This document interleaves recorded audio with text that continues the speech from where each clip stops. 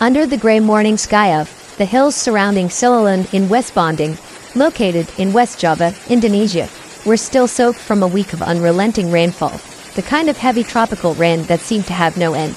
At first light, villagers noticed the river running faster, darker, carrying branches and debris that scraped against rocks as if warning of what was still coming. Nothing yet looked catastrophic, but something felt wrong. Hours later, those instincts would be proven right as the Cibitung River, normally calm, sometimes even shallow, and the dry season would swell far beyond its banks and unleash one of the region's most destructive floods in years.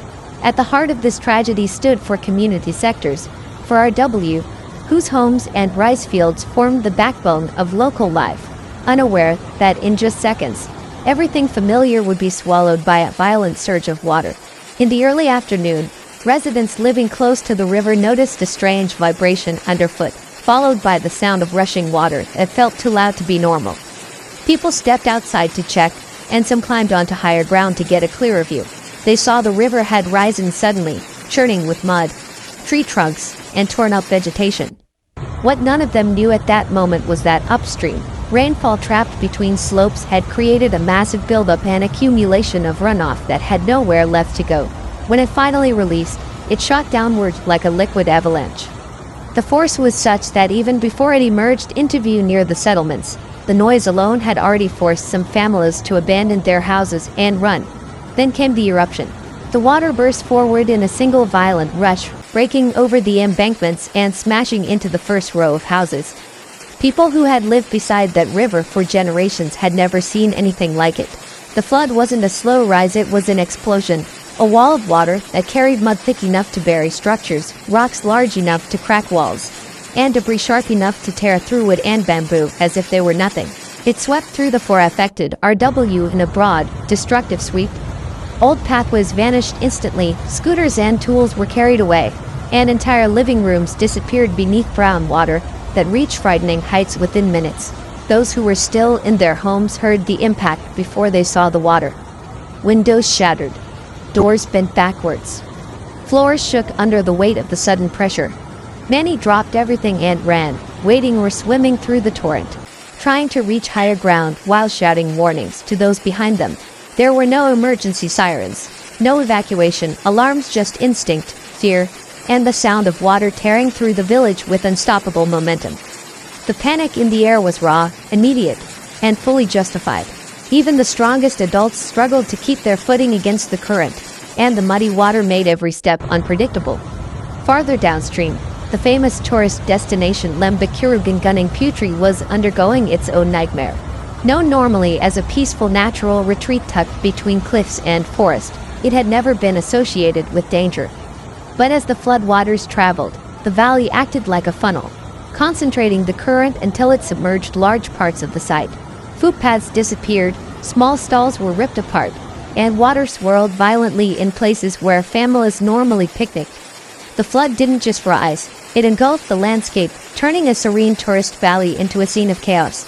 By the time residents noticed what was happening, escape routes were already underwater, forcing some people to climb trees or cling to elevated structures until rescuers could reach them. Meanwhile, another catastrophe unfolded in the rice fields, 5 full hectares of farmland that families depended on for their livelihood.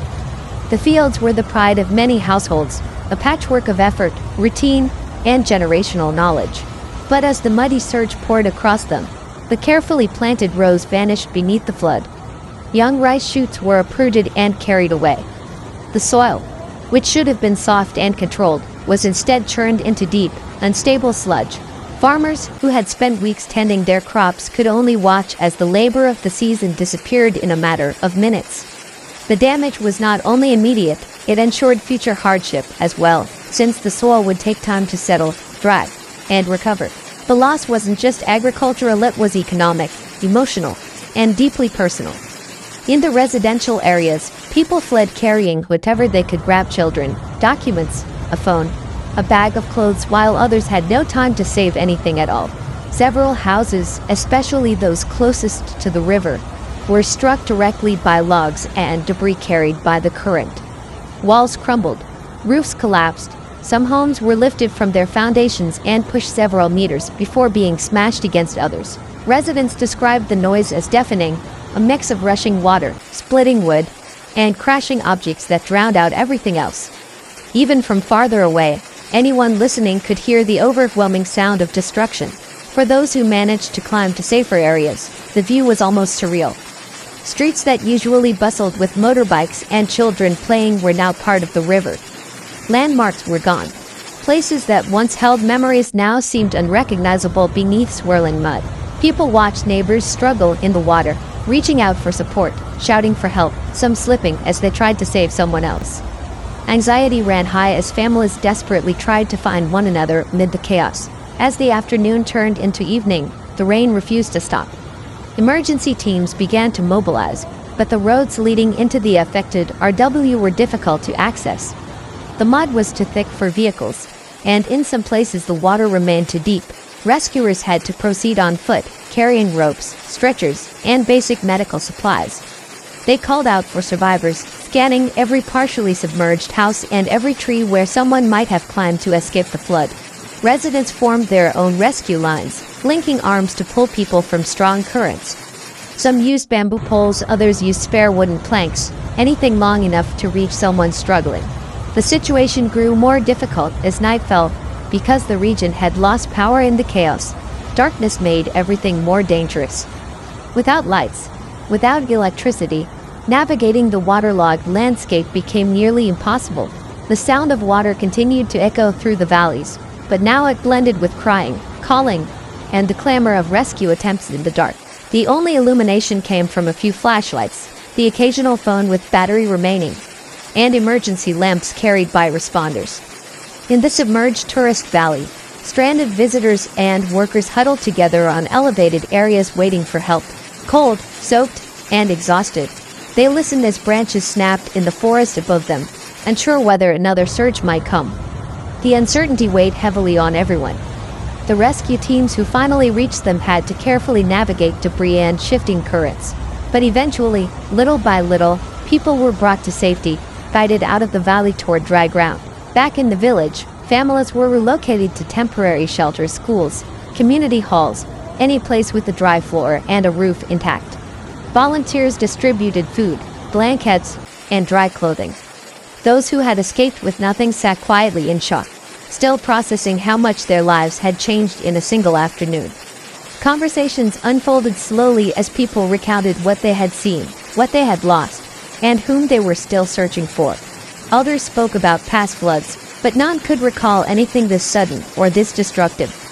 By dawn on December 5th, the worst of the floodwaters had begun to recede, revealing the full extent of the devastation. Thick mud-covered roads and courtyards, furniture lay scattered. Motorbikes were buried halfway in sludge. The smell of disturbed earth filled the air. Residents walked through what remained of their homes, stepping carefully, examining what could be saved.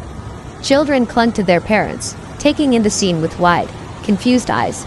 Adults tried to appear strong, but the weight of loss was visible on every face. Officials surveyed the impact. 4RW significantly damaged, 5 hectares of rice fields destroyed, the tourist area submerged, and numerous homes rendered uninhabitable. The emotional and economic cost would last far longer than the flood itself. Yet amidst the destruction, there was resilience. Neighbors worked together to clear debris. Community kitchens formed, offering meals to anyone in need. People who had lost nearly everything still helped others search for missing belongings. The flood that struck Cililin and the surrounding West Bandung region was not just a natural disaster, it was a moment that exposed vulnerability but also highlighted the strength of community bonds. It showed how quickly life can change, how fragile the familiar can be when nature unleashes its full power.